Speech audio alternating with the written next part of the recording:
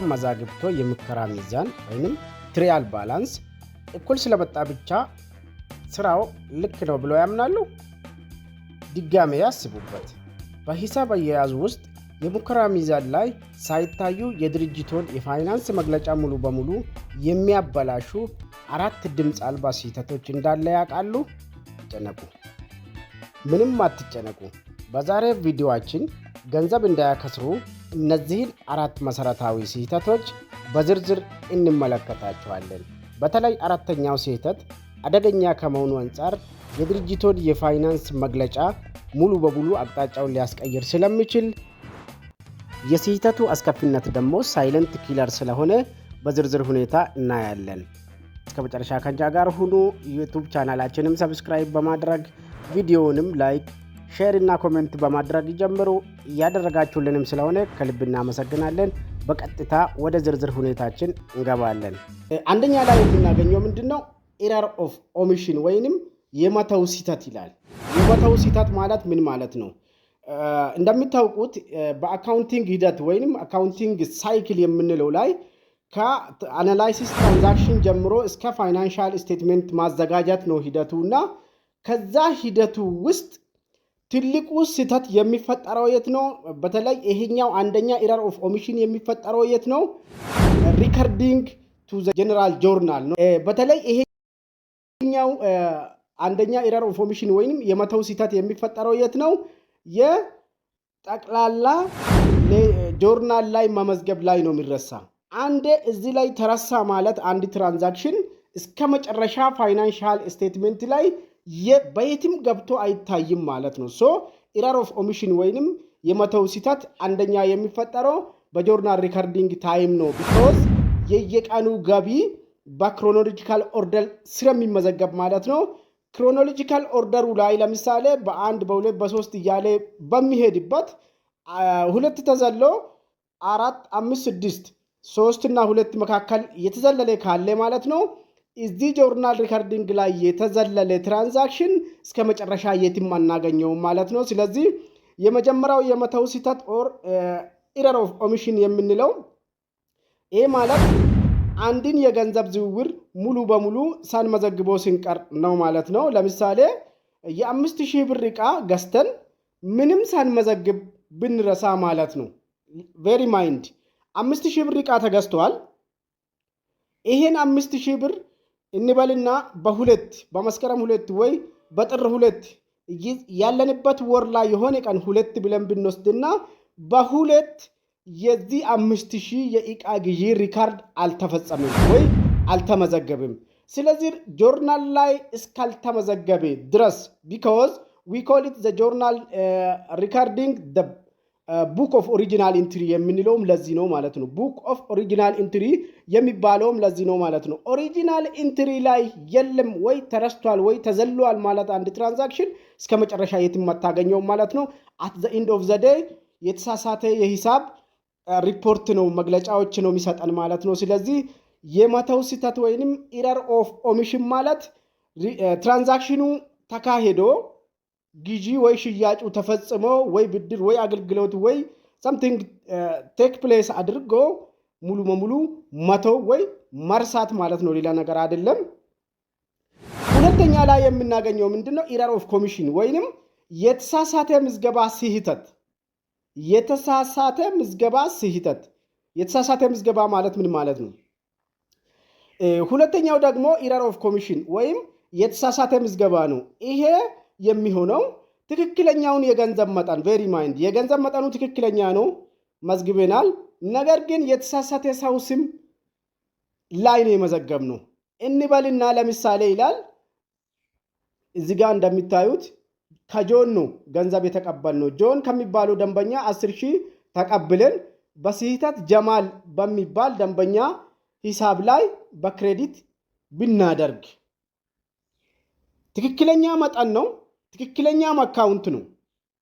ነገር ግን የግለሰቦቹ ወይ የድርጅቱን አካውንት ተሳስተናል። ከጆን ከተቀበልን ሪሲቨብል ነው። ሌትስ ሴይ ይሄኛው የሰበሰብነው 10000 ብር ሊሆን ይችላል።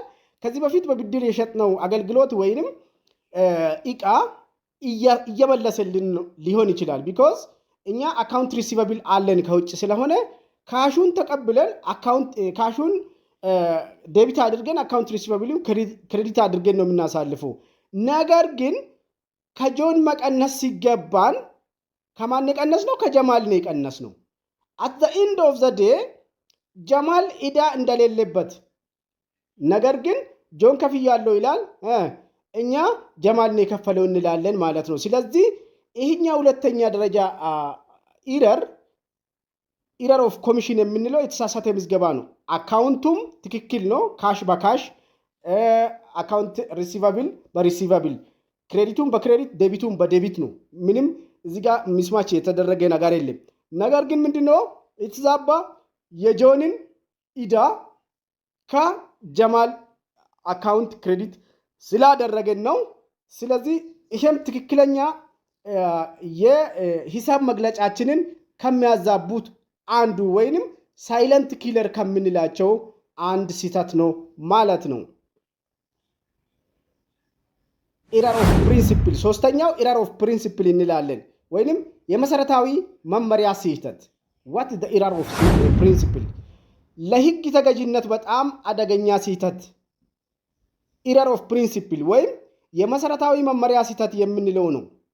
ይህም የሚሆነው ዋና የሂሳብ አያያዝ መመሪያዎችን ስንጥስ ነው። ዋና የሂሳብ መመሪያ መሰረታዊ የሂሳብ መመሪያ የሚባሉ እነማን ናቸው? ዴቢት፣ ክሬዲት፣ ደብል ኢንትሪ የሚባሉ መቼም የማይቀየሩ ስህተቶች አሉ። ለምሳሌ ምንድነው የሚለው?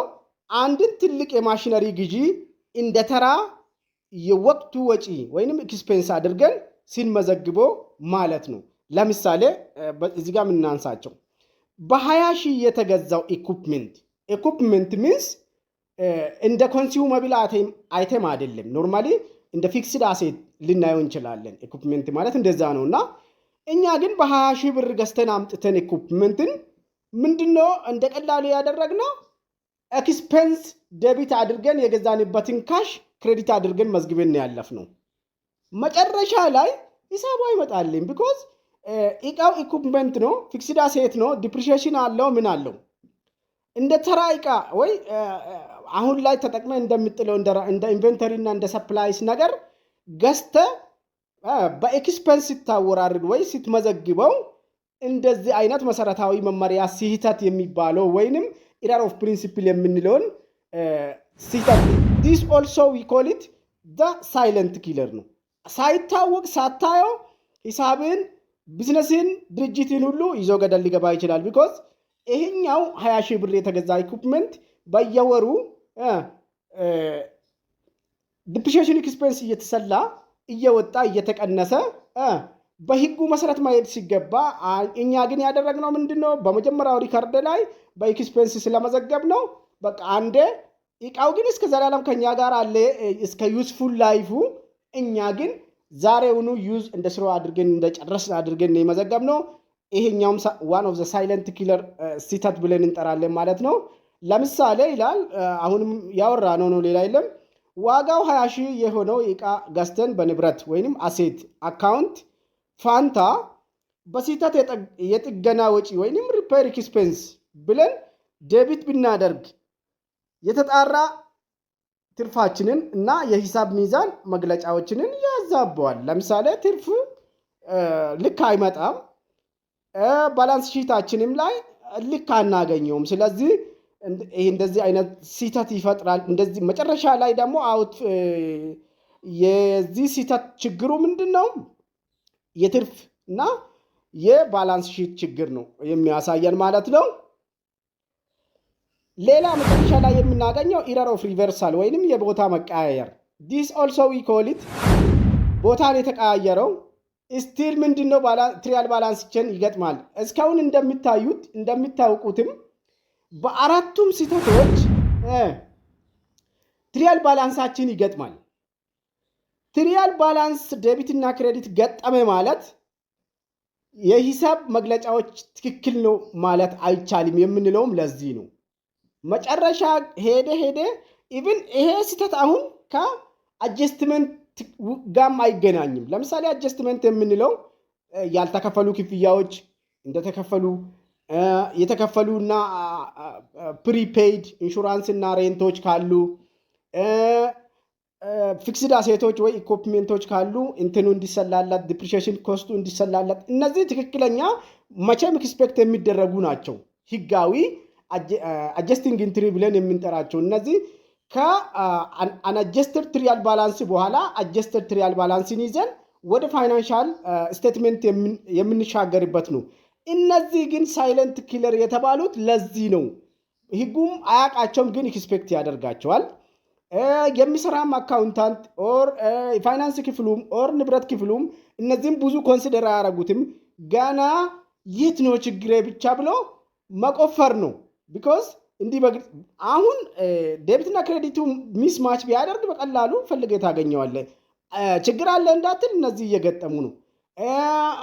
ፕሪፔይድ ነው፣ ሬንት ነው፣ ፕሪፔይድ ኤክስፔንስ ነው እንዳትልም እሱም አይደለም። ለዚህም ነው ሳይለንት ኪለር የተባሉ ማለት ነው። ሶ በመጨረሻ በምዝገባ ወቅት የቦታ መቀያየር ስህተትን እናገኛለን። ይህም ባጭሩ ዴቢት ላይ መመዝገብ የነበረውን በክሬዲት ላይ መመዝገብ እንዲሁም በክሬዲት መመዝገብ የነበረበትን ዴቢት ላይ መመዝገብ ማለት ነው። በምሳሌ ስናይ 25,000 ብር የገዛ ነው ኮምፒውተር ነው የገዛ ነው which means ኮምፒውተር በካሽ ነው የተገዛው። ኮምፒውተሩ ኦር ኢኩፕመንት ዴቢት ታደርጋለህ። ኤክስፔንስ አድርገን በዴቢት ላይ መዝግበን የተገዛበት በካሽ ስለሆነ ካሽን ክሬዲት አድርገን ነው የምናልፈው ኖርማሊ እዚህ ጋር። ነገር ግን የተደረገው ምንድነው? ሪቨርሳል ወይንም የቦታ መቃየር ነው የተፈጠረው። ካሹ ከኛ ስለተቀነሰ ክሬዲት ላይ መታየት የነበረበት ተመልሶ ዴቢት ላይ ተገኘ። which means እንደገዛ ነው ሳይሆን ሳፕላዩን እንደሸጥነው አይነት ሽያጭ እንዳለን አይነት ነው የሆነው ማለት ነው። ስለዚህ ካሻችን ወደ ዴቢት መጣ። ወደ ዴቢት የሚመጣ በመሰረታዊ የአሴት ካታጎሪ ስለሆነ ካሽ ሽያጭ ሲኖር ነው ወይ ሰርቪስ አገልግሎት ሲንሰጥ ነው። ነገር ግን እኛ ገዝተናል። አሁን የቦታ ቅያሪ ወይንም ሪቨርሳል ኢረር ተፈጽሞብን ነው ቦታ እየቀየረ ያለው። ስለዚህ ካሽን በዴቢት ስትመዘግበው ሰፕላይን በኤክስፔንስ ትመዘግበዋለህ። በዚህ ሰዓት ምንድነው የሚፈጠረው? ኤክስፔንሱ ወይንም ሰፕላዩ እንደ ሽያጭ ነው የምትይዘው። ካሹን ደግሞ እንደተቀነሰብህ ሳይሆን ዴቢት አድርገህ ትይዛለህ። ስለዚህ አራት ዋናዎቹ ሳይለንት ኪለር ወይ በድብቅ ቢዝነሳችን የሚገሉብን ወይንም የፋይናንስ መግለጫዎችንን እንዳይሳካና ለታለመለት ዓላማ እንዳይውል የሚያደርጉብን ትርፍና ኪሳራችንን በትክክል እንዳናቅ ከሚያደርጉብን ዋናዎቹ እነዚህ ናቸው። የሳይለንት ኪለሩና የፋይናንስ መግለጫዎችን ችግር እንደዚህ ከለየም በኋላ በሚቀጥለው ቪዲዮዎችን ደግሞ እንዴት አስተካክለን ትክክለኛውን በተለይ ከኤክሴል ጋር በተያያዘ እንዴት ትክክለኛውን ነገር እንሰራለን የሚለውን በኤክሴል ፎርሙላ አሳያችኋለሁ። የትም እንዳጠፉ